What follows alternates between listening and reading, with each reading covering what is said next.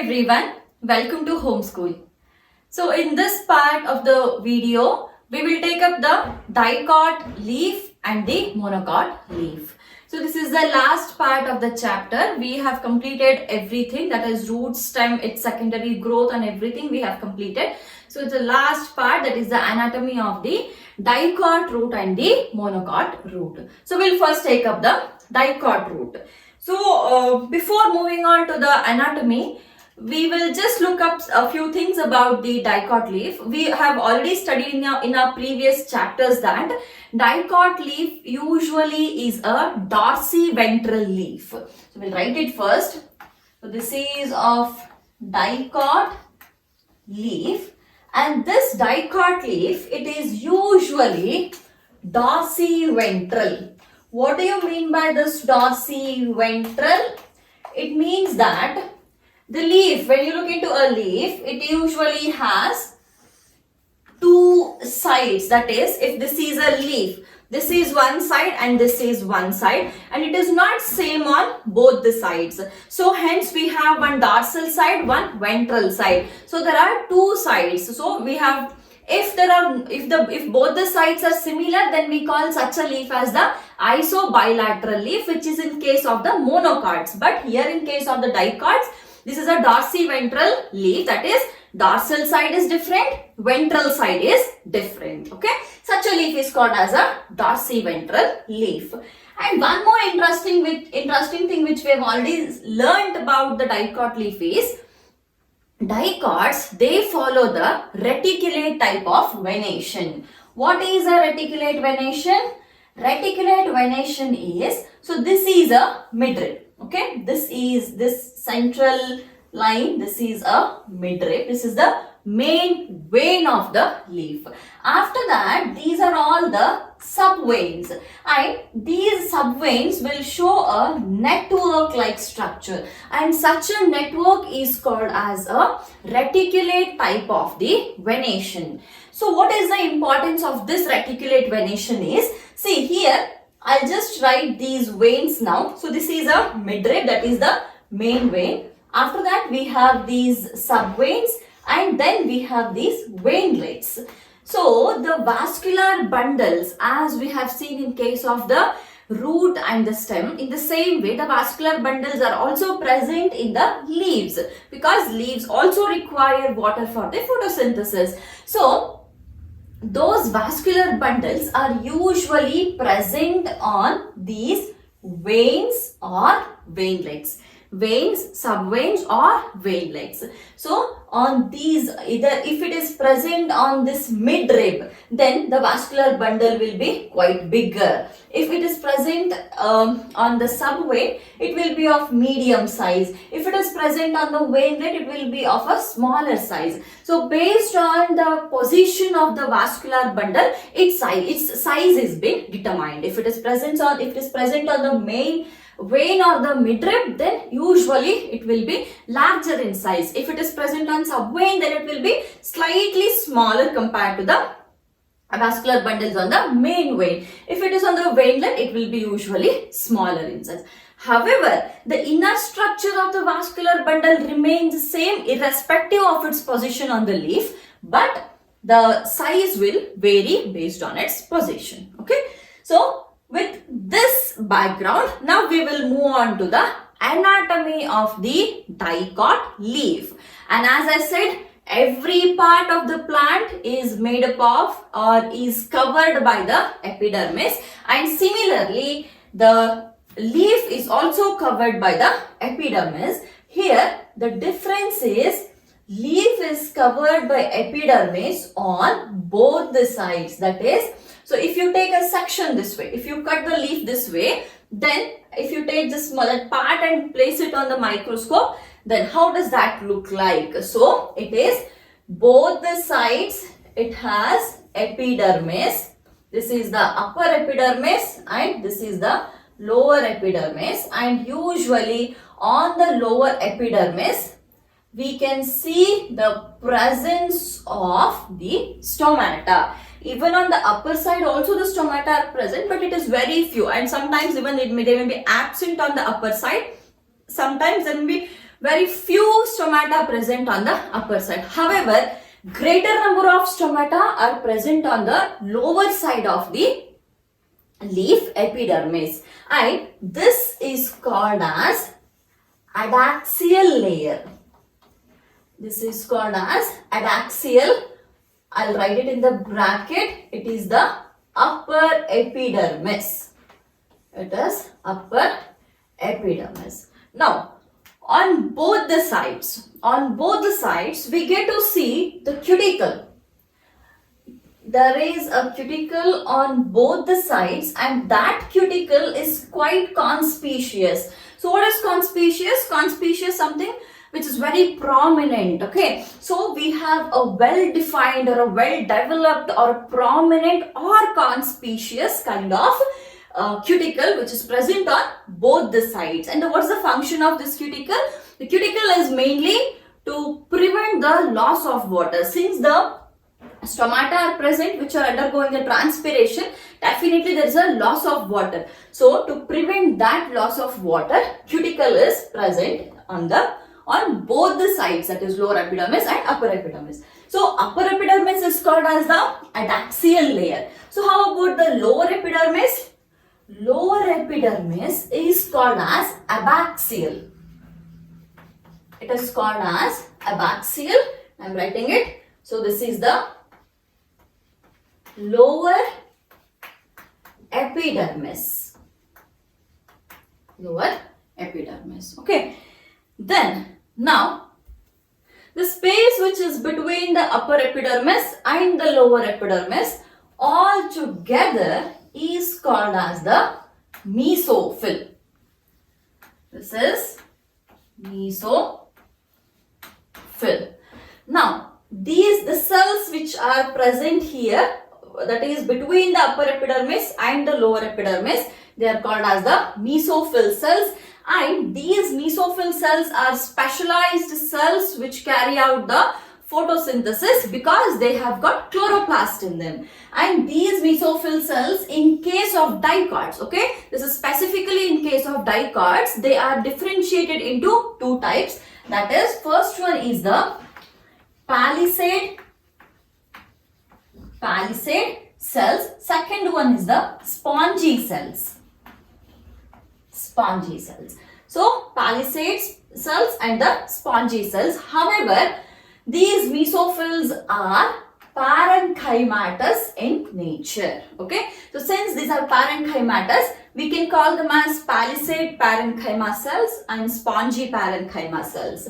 Now, so where exactly they are being placed? On the upper epidermis, alright, on the upper epidermis or attached to the upper epidermis, there are elongated parenchyma cells which are parallel to each other and are compactly arranged, and they have got chloroplast present in them. Such cells are called as the palisade parenchyma cells or palisade mesophyll cells. Either ways, they are right only. So this is a layer of the palisade parenchyma or palisade mesophyll cells. That is, these cells are the elongated parenchyma cells which are parallel to each other and are compactly arranged, and they have chloroplast present in them. Okay.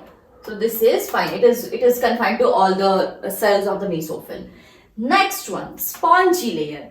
So before drawing the spongy, I'll just make some space for the vascular bundle also. Let's draw a bigger vascular bundle here. Okay, let's imagine this is a vascular bundle. Fine. Now, after the palisade parenchyma or the palisade mesophyll cells, now we have a set of spongy cells. These spongy cells are circular or spherical shaped cells which are loosely arranged. Okay, these are loosely arranged cells which usually show some cavities like this. They show some cavities like this, and these cavities are called as, let me draw them first. Okay. These are called as the air cavities,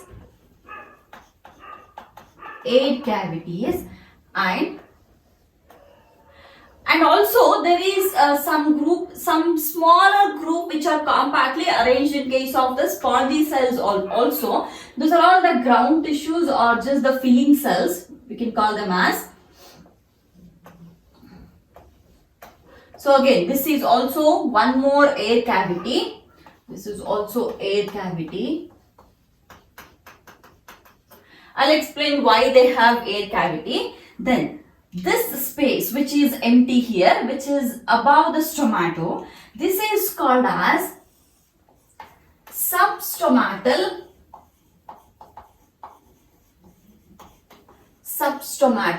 cavity. Substomatal cavity. Now we will name all these. So this is palisade, this is spongy,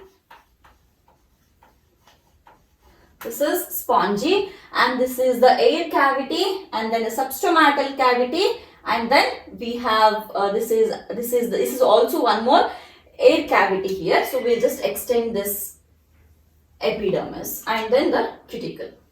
Okay.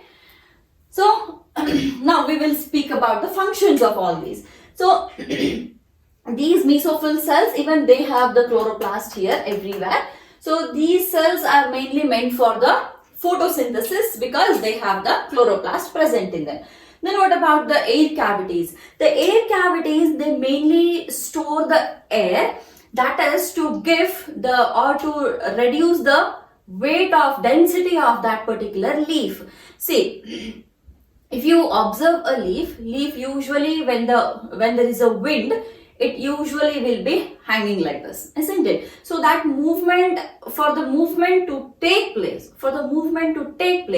the density of the leaf should be usually lighter as compared to the plant. Have you ever seen any dicot plant moving to the wind?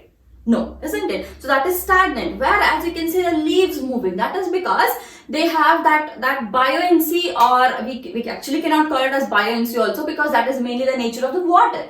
So that floating is because of the lower density of the leaf, and that is mainly due to the presence of such air cavities in the leaf. Then this substomatal cavity. So here we have stomata, and we know that stomata is meant for the transpiration, that is loss of water. Along with the loss of water, the stomata will also carry out the exchange of gases. And so for that exchange, this space is usually required. Wherever the stomata are present, we get to see a substomatal cavity. So that is before the transpiration, water is usually turned or changed into gaseous nature. So that is also happening in this particular area. So that is called as a substomatal cavity. Then moving on to the vascular bundle. So we will name it now. This is vascular bundle. The outermost layer of the vascular bundle is called as the bundle sheath. This is the bundle sheath. Okay, this is the vascular bundle. This is bundle sheath. And remember, bundle sheath is also parenchymatous in nature. The cells of the bundle sheath are again made up of the parenchyma. So if you look into the nature of the vascular bundle of the leaf, dicot leaf, the vascular bundles are usually conjoint. What do you mean by conjoint? Conjoint is both xylem and phloem are the same vascular bundle. They're present together. Then it is collateral. Alright, collateral, and then it is closed. That is, there is no cambium present here. So here the xylem which is present is usually present towards the adaxial layer. So we will write a couple of xylem cells here.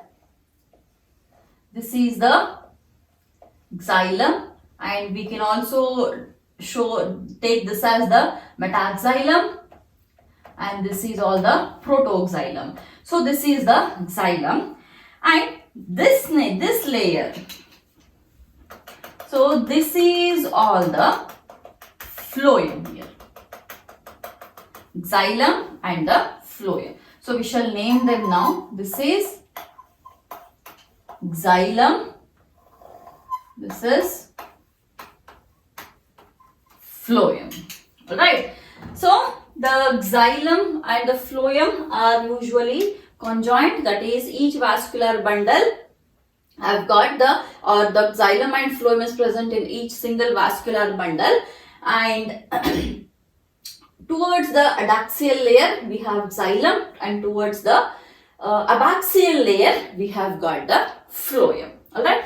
So this is about the structure of the dicot leaf. This is very simple as compared to the anatomy of the root or the stem.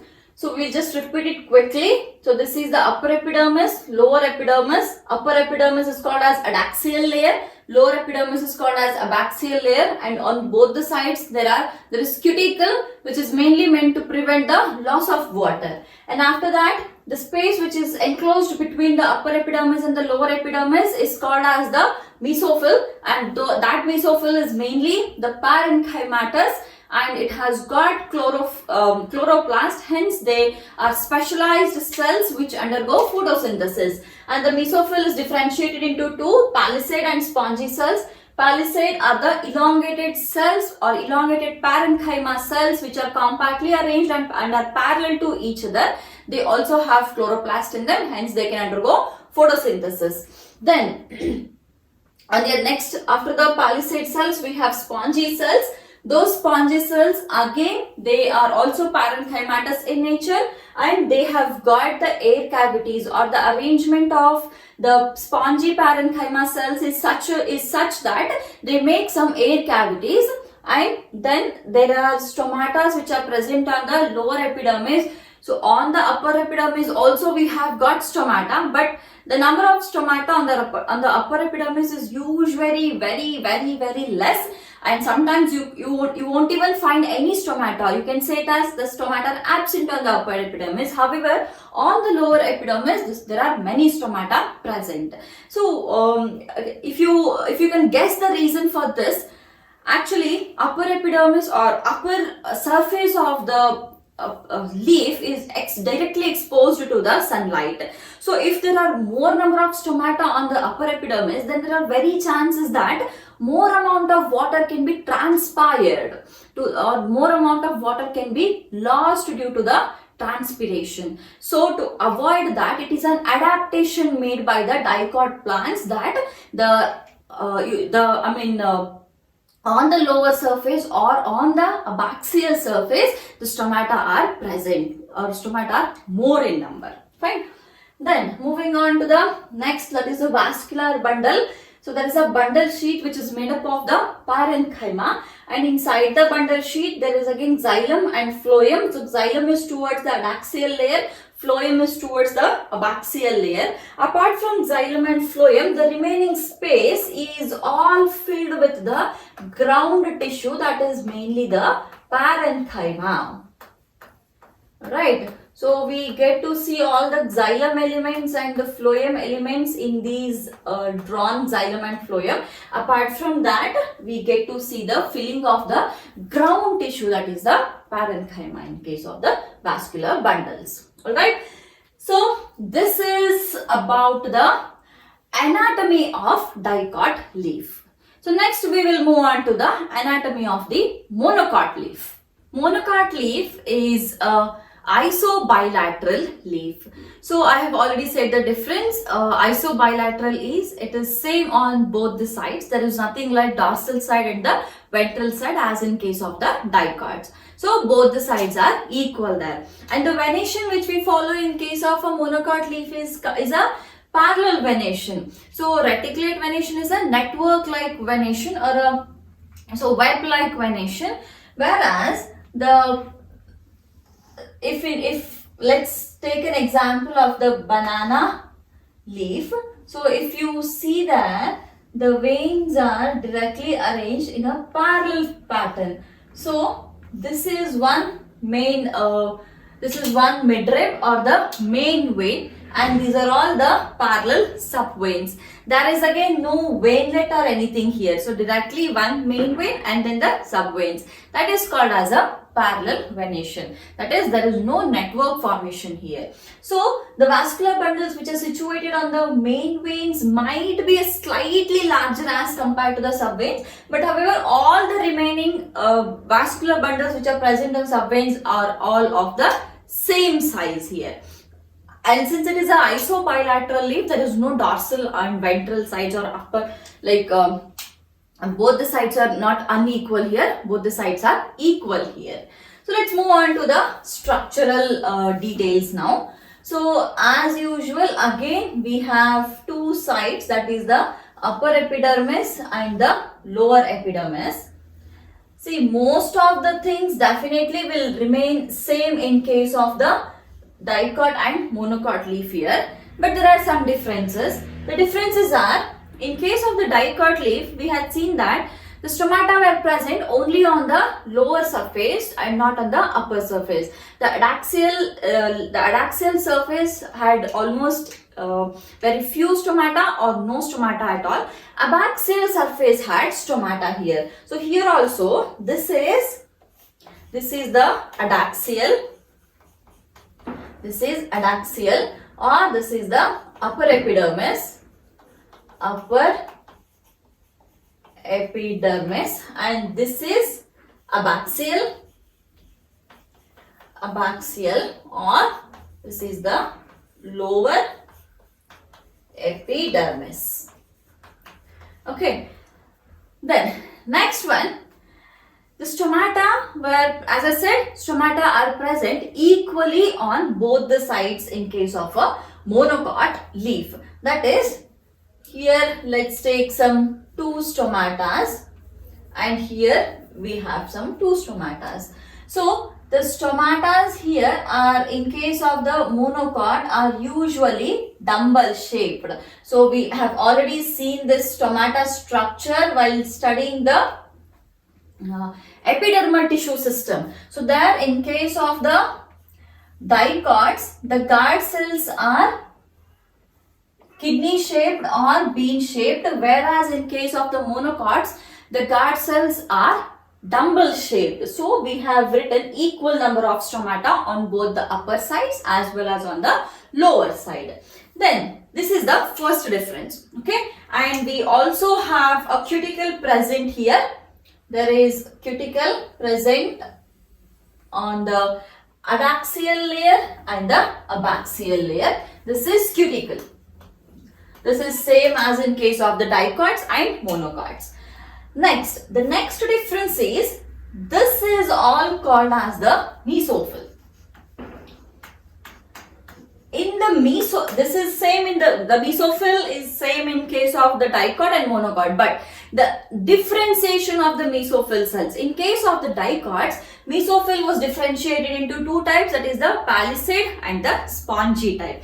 But here in case of the monocots, there is no differentiation between the spongy and the palisade. All the cells which are present, okay, all the cells which are present here are all same parenchyma cells only. There is no differentiation of the palisade and spongy parenchyma.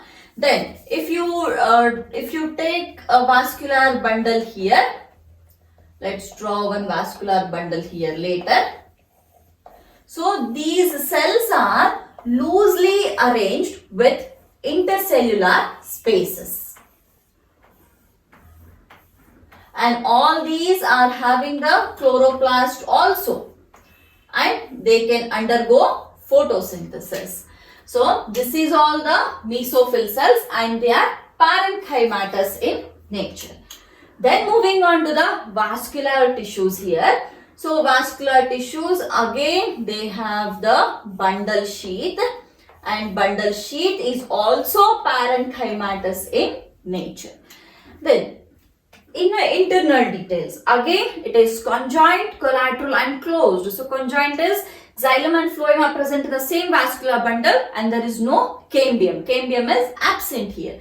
Okay, so now the xylem is almost towards the adaxial layer, phloem is towards the abaxial layer. So here we have xylems like this. And then this is all the phloem present. We have all the phloem present here. And then on both the sides we have some filling cells present. These are all the filling cells or the ground tissue of the parenchyma. So this is xylem. This is phloem, and as a whole this is vascular bundle. Okay, so these are main differences here. So the first difference is the stomata are equally distributed on both upper side as well as on the inner side or in the lower side. Then the leaf here is usually isobilateral. In case of the dicot, we can easily get to know which is the upper side, which is the lower side. Whereas in most of the monocots, it is very difficult to differentiate which is upper side and which is the lower side. So that is the first difference, that is the dorsiventral in case of dicot, isobilateral in case of the monocot. Second difference is stomata are equally distributed in the monocot, stomata are more on the lower surface in case of a dicot. That is the second difference. Third difference is mesophyll cells are differentiated into palisade and spongy in case of dicots, and the mesophyll cells are not differentiated into palisade and spongy in case of the monocots. This is the third difference. The fourth difference is very important point about the monocot leaf, and it is very specialized feature of the monocot leaves. That is, some cells on the epidermis, that is upper epidermis, on the adaxial layer, some cells will change into some specialized cells which are of thin walled, and they become colorless. These are thin walled, bigger in size and colorless. I repeat again, the cells of the epidermis will change into some specialized cells which are thin walled, or we'll write it here about this, which are thin walled, bigger size and they are colorless. And those cells are called as Bulliform cells. Those are called as the Bulliform cells. Okay. So what is the function of these Bulliform cells is, as I said, the isobilateral leaf is usually it is straightly placed and we cannot differentiate them into the upper and lower so easily. So on which side the Bulliform cells will be present, that is being taken as the upper epidermis, and where the Bulliform cells are absent, that is taken as the lower epidermis. And one more function is, see, the cells or the leaf has to be exposed to the sunlight actually. The upper surface has to be exposed to the sunlight. So what Bulliform cells does is, so in the presence of the water, these Bulliform cells will undergo endosmosis. They will start absorbing the cell and swell up. When they swell up, that condition is called as a turgid condition. The swelling up of the cell due to the endosmosis is called as a turgid condition. So when the cells become turgid, the leaf will get exposed to the sunlight. Whereas when the water is very less, in that case what happens, all the water from those Bulliform cells will undergo exosmosis. That is, let's imagine this is one Bulliform cell. When water is more, at that time what happens, all the water will come inside and this cell will swell up. and this condition is called as turgid condition, and due to swelling up, the leaves will become erect and they will expose to the sunlight. So this is the turgid condition. When the water is less, then what happens? All the water is withdrawn out from the cell. So that time what happens? This will shrink off, or it will be in the flaccid condition. So in such condition what happens? That erectness will go off from the leaf and the leaf will curl. So when the leaf curls, the surface is not directly exposed to the sunlight, and hence the transpiration is checked. Okay, that is the function of the bulliform cells. So this is about the anatomy of the monocot leaf. Anyways, there is no secondary growth in case of the leaf here, so there is nothing much to study about it. So these are very leaf is a very simple structure and a very important structure of a plant. All right. So this completes our chapter anatomy of the flowering plants. So I hope I have made the things very clear. So all the points which are there in the NCERT are covered in these videos. Along with this, few important points which are not there in the NCERT and from the exam point of view which are really important. So those are also covered in these points, and I hope this is sufficient to crack your NEET actually. Anyways, you can also do well in the board with these videos, and definitely these are much more helpful for the NEET also. So study well, and I'll see you guys in the next class with the next chapter. Okay. So keep watching the videos, share the videos with your friends also, so that they can also learn the topics in a easiest way.